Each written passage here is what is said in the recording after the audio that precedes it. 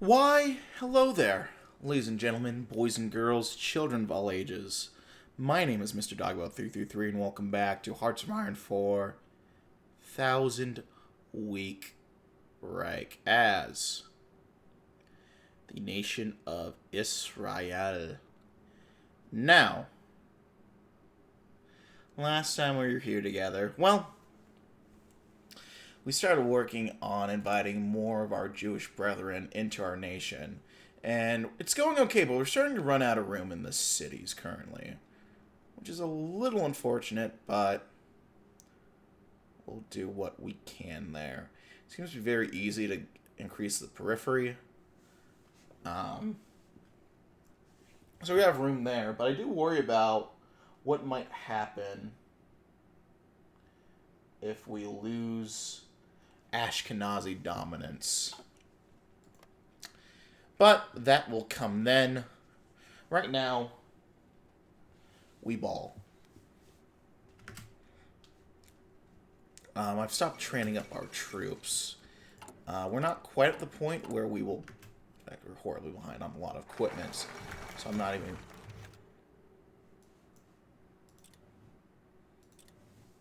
going to bother. Oh, is there any way I can import...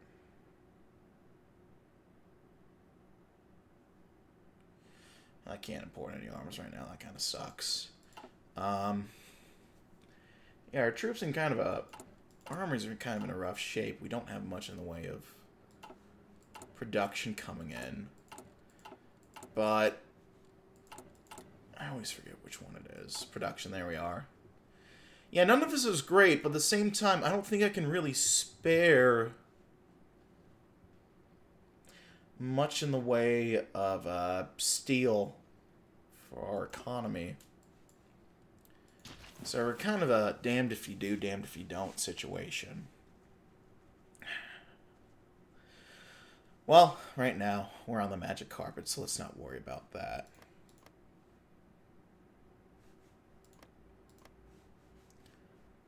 I think Yemen got more land than they did before. Okay. To say that there has been no Jewish state since the fall of the Second Temple in 70 CE would be incorrect. For most of the 5th century, the kingdom of Himyar in modern-day Yemen was ruled by a Jewish monarchy, and for centuries afterwards, Jewish communities thrived on the Arabian Peninsula.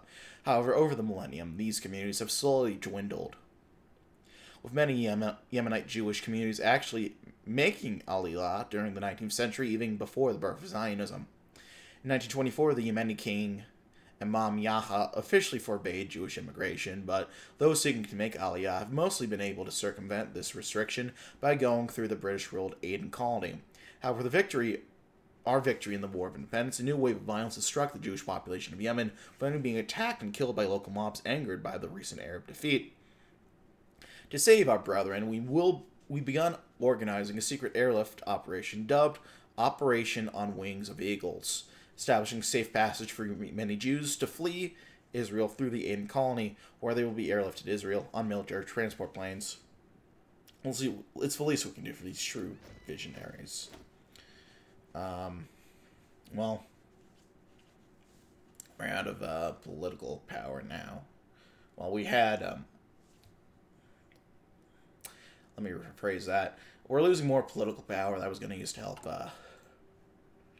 develop our capacity for more of them, but that's just kind of how it is, I suppose.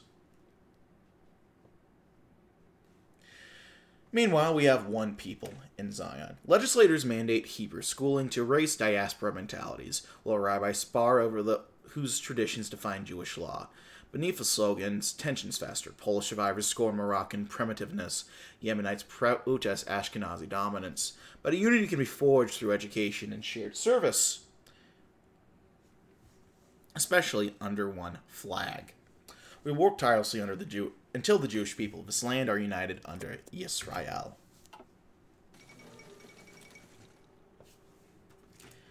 I'm having a lot of fun with this series, I gotta say. This update in general has been great, I think.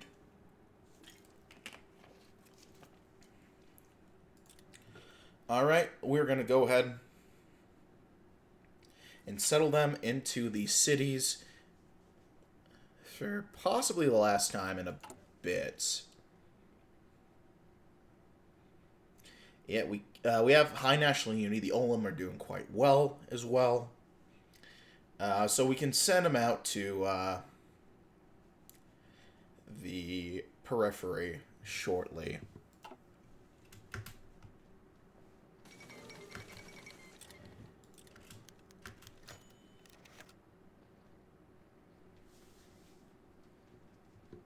Let's launch a reprisal operation at once. Not that we'll really have the arms to spare for it. What other option do we got? We've got concentrate industry going.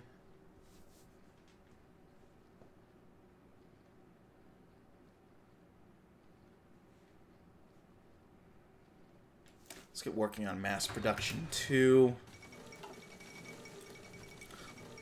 I realize we really need to pick up our industrial capacity. Which we're starting to get there a little bit. We got some more consistent building going about. We'll get some military factories going in Mishor HaHof. That's Tel Aviv and Yafo, kind of the general crossover area there. Haifa as well. India backs Tibet. Okay, yeah. Got some chaos going on over there. Do the Nazis care if you were half Jewish or one-third? Perhaps they cared if you were Polish or Algerian. No? To some, we are European colonizers. To others, we are Middle Eastern interlopers. And to some, rootless cosmopolitans. For too long, we let others dictate our identity. Some of us may be from Europe, but we are not Europeans. Some may be from Arabia, but we are not Arabs. Jewish people are unique in the world, for even as we are torn apart by outside forces for so long, we have always longed to be unified in our homeland once more. We must remember that no matter if it is to the east or the west, we all pray towards Jerusalem. Well,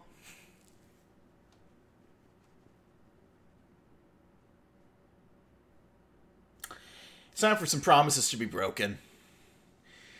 The party is going to follow us into yet another political crisis. And oh, how fun it will be. How fun it will be indeed. While Mapai is united under Ben-Gurion, the URF has refused to vote for its key legislation. Nonetheless, it has decided that the education bill must pass. The warnings of URF will be ignored, and it is all but inevitable that the coalition will fail, but Ben-Gurion will remain in control of the party, and his agenda will be carried out.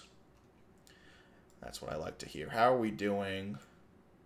We have a slight orthodox lean. We have good control over the party as well.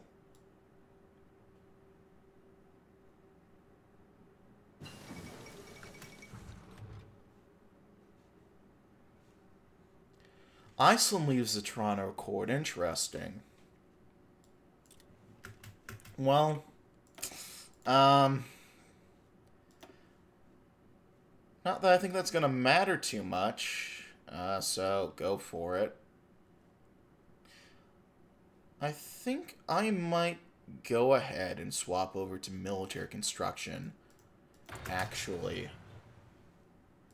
for the second go of it. Promises to be broken. The bill's raised unified education law, mandating secular history, scientific curricula, and gender-mixed schools is a red line for religious parties. Mapai obviously hails it as a liberation from medieval dogma, but traditionalists condemn it in the Knesset. To pass the bill is to change Israeli identity for the better. We will present the unified education law to the Knesset and do everything we can to see it passed.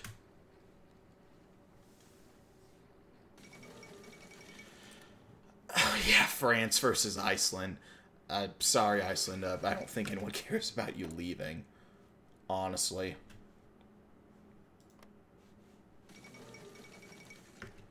Russian peace. Have they decided on a victory? I don't think they have. One last glorious day.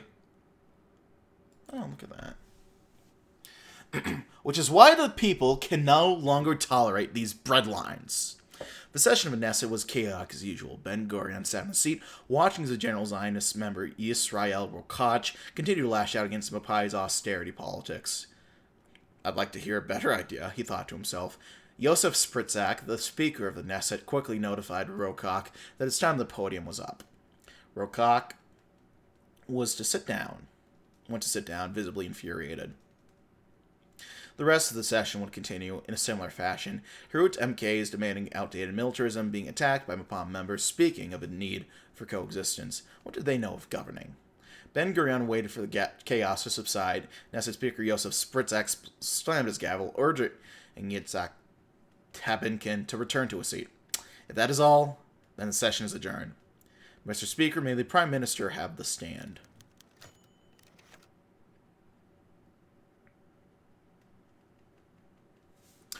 The entire room erupted into chaos. Speaker Spritzak slammed his gavel to no avail, and the cacophony of shouts rang out from the seat of the religious parties. Traitors to the people! He heard Yitzhak Meir Levine, I think it is, shout out. Ben-Gurion simply went back to his seat, as the shouts mixed with cheering and applause from the Mapai and progressive seats. Mr. Speaker, the URF calls for a motion no confidence. Order! There will be order! Spritzak shouted out to no avail. It took several minutes for the chaos to subside. The Knesset will convene on a unified education law in 30 days. Bring up your grievances then. I'll see you then, Shapira. So, the Conservatives are leaving coalition. And now, we're going to vote on a new law. The Unified Education Law.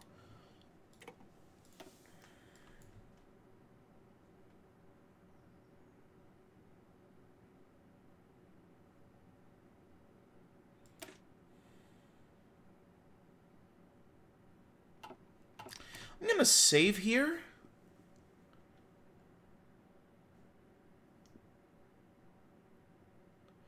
Because I want to see if I can get the liberals here, but I don't know what it considers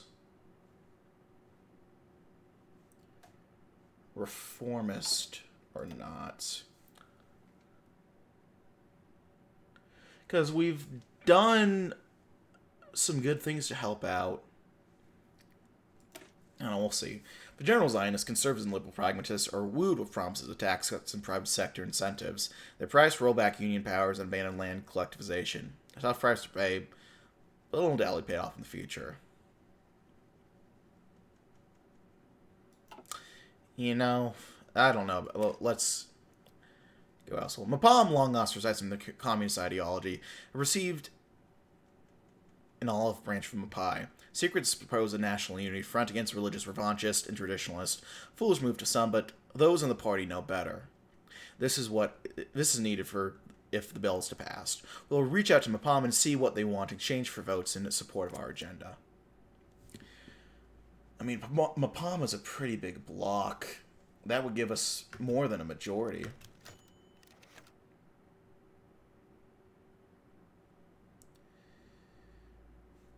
Did we get that extra?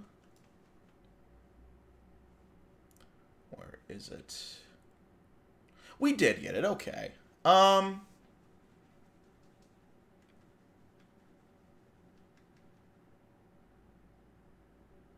that's interesting. We've settled the development, now the Ashkenazis will get more dominance. That's interesting, actually. Yeah, let's sell them in development towns, then. Okay, I see. It depends on where they're coming from.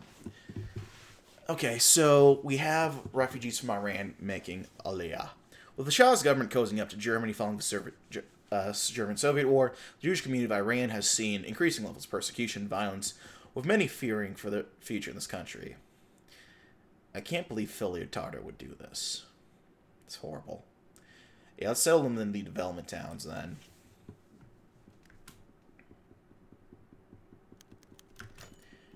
Speak of the devil.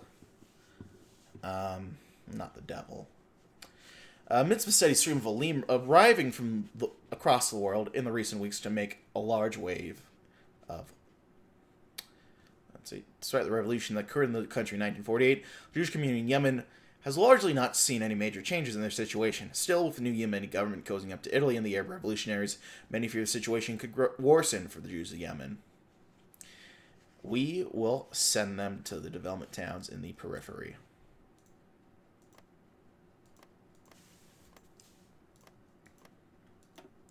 This is a really neat little feature that's going on with it. I like it a lot. I wonder if Yemen's or these places lose population as we do this. I want to see. Here, Unified Education Law. So we have Mapam and the Progressives, and we're about to get Mapam swapped over. Nice. David Ben-Gurion had always disliked the know-it-all intellectuals and farmers of Mapam, their constant heckling of his policies, their endless calls for coexistence with the Arabs, refusing to accept the realities of the world we live in. He had united the labor movement in 1930 under his banner. It was he who led the Jewish nation to independence, and yet Hazan and Yarari thought they could lecture him on how to run the country.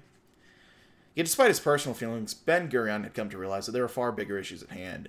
If the nation was to be built as he intended, the Unified Education Law must pass. And so it was now him knocking at the door of Yitzhak Tabinkin, co-leader of Mapam. He always considered Tabinkin the least snotty of Mapam's big three, and so he hoped he would be the most receptive to his proposal.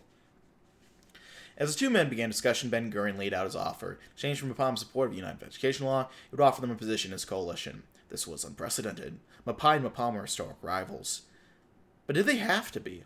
The new nation needed steadfast leadership, one united vision of a socialist Israel, made for its people. Tabinkin agreed. On his way out, Ben-Gurion thought to himself, are they ever all that bad? Oh, it's beautiful. We're going to get this law passed. Those kids are going to learn. Going to get an education.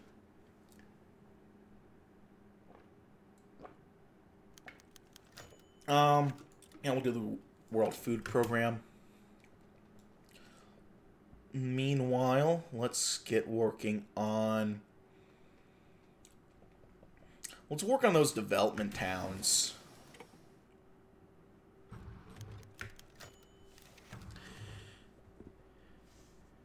Beautiful. Maybe not so beautiful on the religious party's part. But we'll see. The greatest victory for the people in the nation.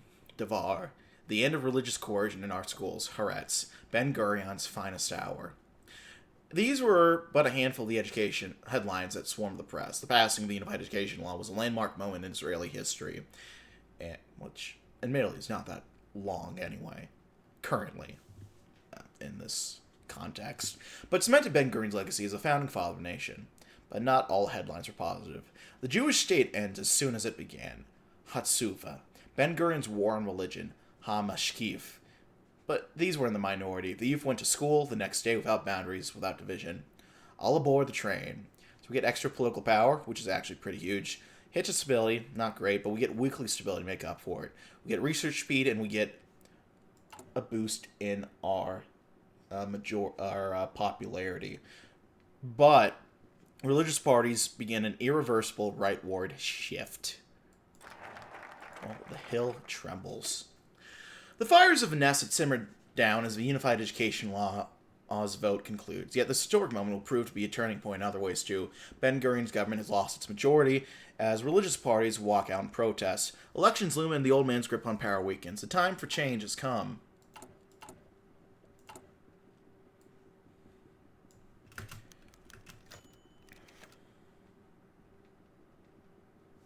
With voting on the Unified Election Law concluded, the Knesset has been called to a session to vote on a motion of no confidence against the government. The United Religious Front, having been the most vocal opposition to the bill, has spearheaded this motion with support from Herut, with the obstructionist Maki likely to vote in favor. Mapam, the General Zionist, while not vocally opposed to the bill, as most radical parties have also expressed their dissatisfaction with the government's policies, will likely vote to in favor of the motion, hoping to gain the government's downfall in ensuing elections.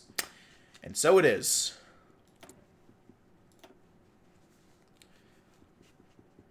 Um, let's work on flamethrowers. Not that we're doing much with those anyway, but...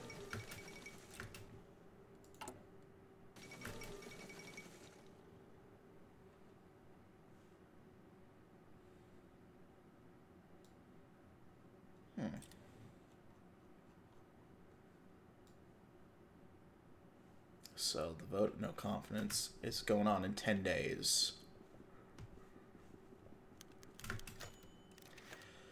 Got the Aliyah. Yeah, we'll have to settle for, we'll settle putting them in the cities here. The other guys will just have to put into the, elsewhere. The,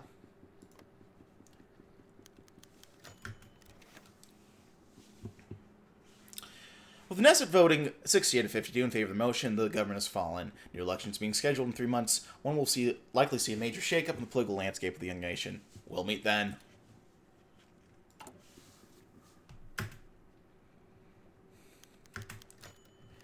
Ben-Gurion sat in his office, staring at the pile of papers on his desk. He had triumphed, passing the unified education law. He'd stamped the final vision of his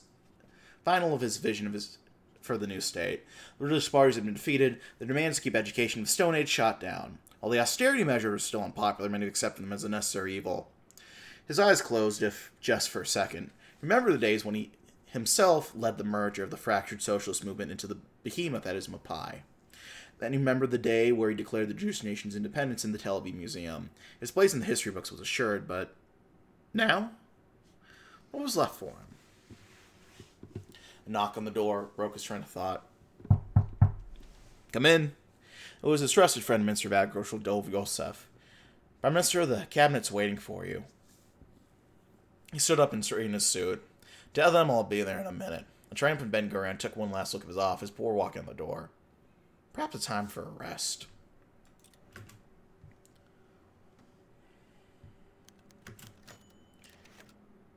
Alright, a new term. Also need a new Secretary General. All.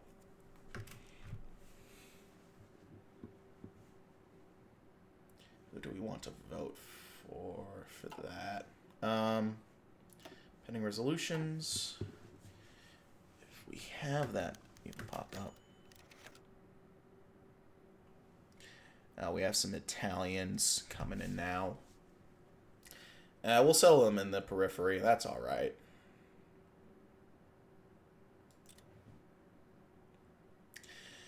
And there we are, an old man's rest. The car arrived at the gates of a small kibbutz in the Negev. David Ben-Gurion stepped out of the vehicle, looking around at the small collection of buildings. It was a humble place, but as he himself said, in the Negev, the people of Israel will be tested. He'd chosen this place for his retirement, away from the hustle and bustle of Tel Aviv and Jerusalem. Here he could finally rest, away from the pressures of leadership. He looked around at the small group of people who were waiting to greet him, members of the kibbutz, local officials, and a few close friends. He smiled to himself. This was home now. Would the father of a nation be content with a life of desert farming? Time would tell, but for now, for once, he was at peace. But farming? Really, a man of your talents? And there we are. With the resignation of David Ben-Gurion, Mapai is convened to elect a new leader. Well, several candidates have been proposed, be it the old guard's candidate of choice, Moshe Sharet, or Ben-Gurion's personal choice of Levi Eshkol. None have managed to secure enough support to win the leadership. Instead, current Labor Minister Golda Meir has been chosen a compromise candidate. The first woman to be elected to a party leadership position in the country, Meir is a longtime ally of Ben-Gurion, with the election highlighting the former prime minister's lasting influence in the party, also cementing the party's position as an orthodox socialist party in the face of calls for reforms from the right. Promising to continue Ben-Gurion's legacy of strong leadership, Meir's vowed to lead Mapai to victory in the upcoming elections, the results of which are to be seen. A historic moment. It's beautiful. Golda Meir. I'll read up about her. When should I read up about her? Should I do it now? Let's expand the cities now. I can tell you that much. Let's look at this new little focus. Okay, so we have... Can we get 5 research slots? That's actually crazy. We have the People's Military, the Backbone of a Nation, 2 of the Sea, Light Upon Nations. Okay.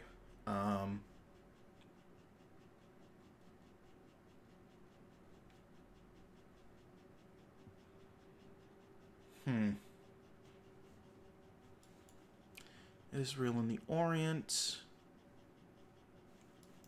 As to the west.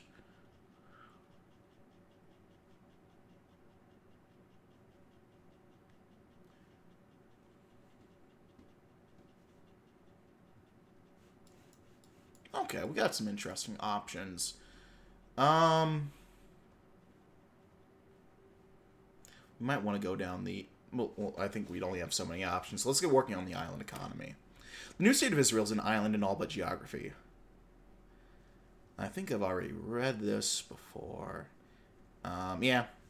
Well, let's get working on sorting that out.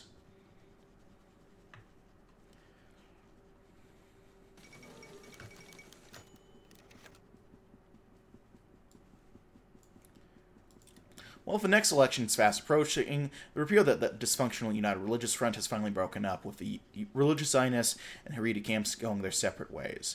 The URF, which was formed to ensure the religious parties had a say in the drafting of the Constitution, had long been plagued by infighting between the two camps, the more moderate nationalist religious Zionists often at odds with more conservative non-Zionist Haredi members. With the Constitution Committee shelved for the time being, the two camps decided to part ways, with both parties hoping to gain more seats in the upcoming election by appealing to their respective bases. Were they ever all that unified?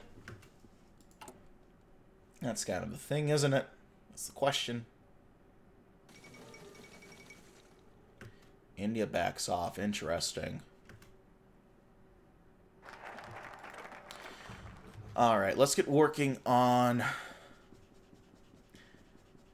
developing some industries, because we need any industry we can get. From Haifa to the Galilee, domestic industries form the backbone of our nation. We must let our hands shape the steel and iron, while our minds must master the machines behind them, for our independence depends on a national industry we can call our own.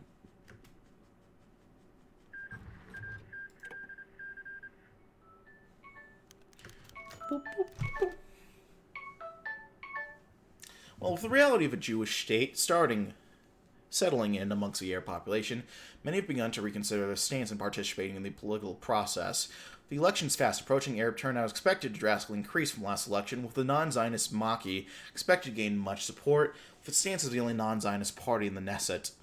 While some fear that this increased turnout may lead to more radical elements gaining power, others see it as an opportunity to sway the Arab populace to our side, integrating them into a new state and showing them that they have a place in it too. We should try to take advantage of this. It is an interesting option we have here. Okay, so if we get this going, we get how many extra population? Oh my god.